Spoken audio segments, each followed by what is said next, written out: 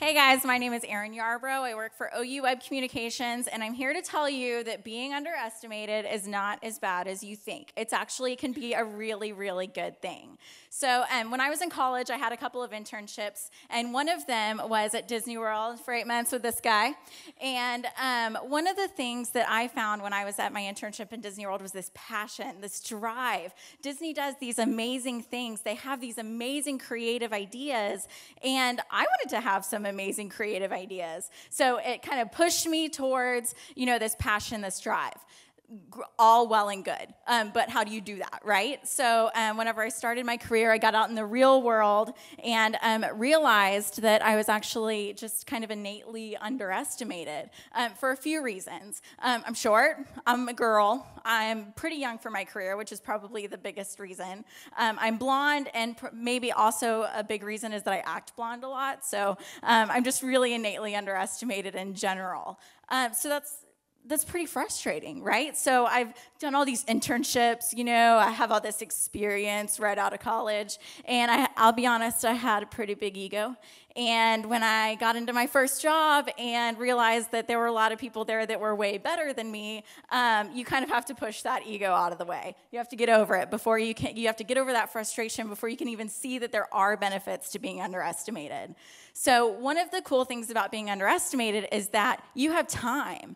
People don't expect very much out of you. So you have this time to learn things and to find experts to learn from them. So nobody expects much out of you. You go find somebody who knows something and take that time to figure out what they know too.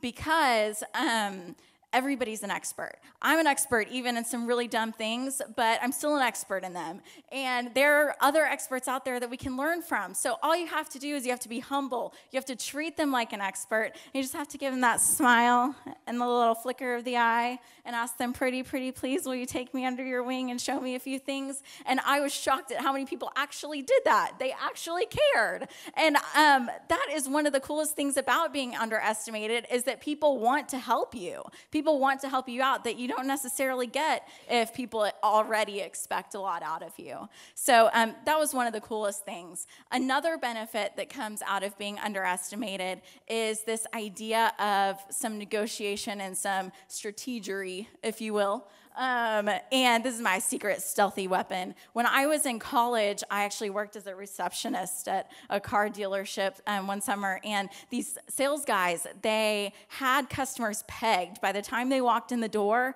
about what kind of car they would buy, if they would buy anything at all, how much money they would spend, all of these kinds of things. So if a customer walked into the door, maybe they weren't dressed very well, maybe they drove a car that looks like this to this luxury car dealership.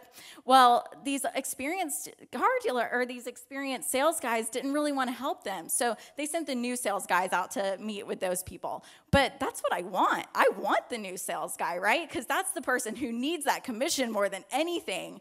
So the other thing that you get out of this is by people naturally underestimating you in negotiations, you don't have to play all your cards. You always hear this in negotiations, don't play all your cards. When you're underestimated, people don't even think you have cards, let alone that you're not playing them all. So that's one thing that when they're talking about all these cool tricks and benefits of the car, they don't know that you've already done all your research. They don't know that you know everything about this car, including what they sold it to the last customer for. So you get to use all of that stuff just whenever you want to. You get just to throw it out there sometimes, kind of throw them off their game a little bit. Then it gets to this point where you're being held to this higher standard, right? I mean, that's what we want. We don't want to be underestimated for the rest of our lives because we're not going to get very far. Or maybe you're just naturally suave and cool, unlike I am, and you're not underestimated. That doesn't mean that you can't use these benefits to your advantage. You can play this role, and you can act like this person who drives maybe not so nice of a car to a luxury car dealership. You can play humble. You can be humble, but you can play as this person who, doesn't necessarily know what they're doing. Find experts to help you. Use this to strategize about what you can learn from other people, and use this being underestimated to your advantage, even if you're not innately so. So the last benefit of being underestimated is kind of just the general one.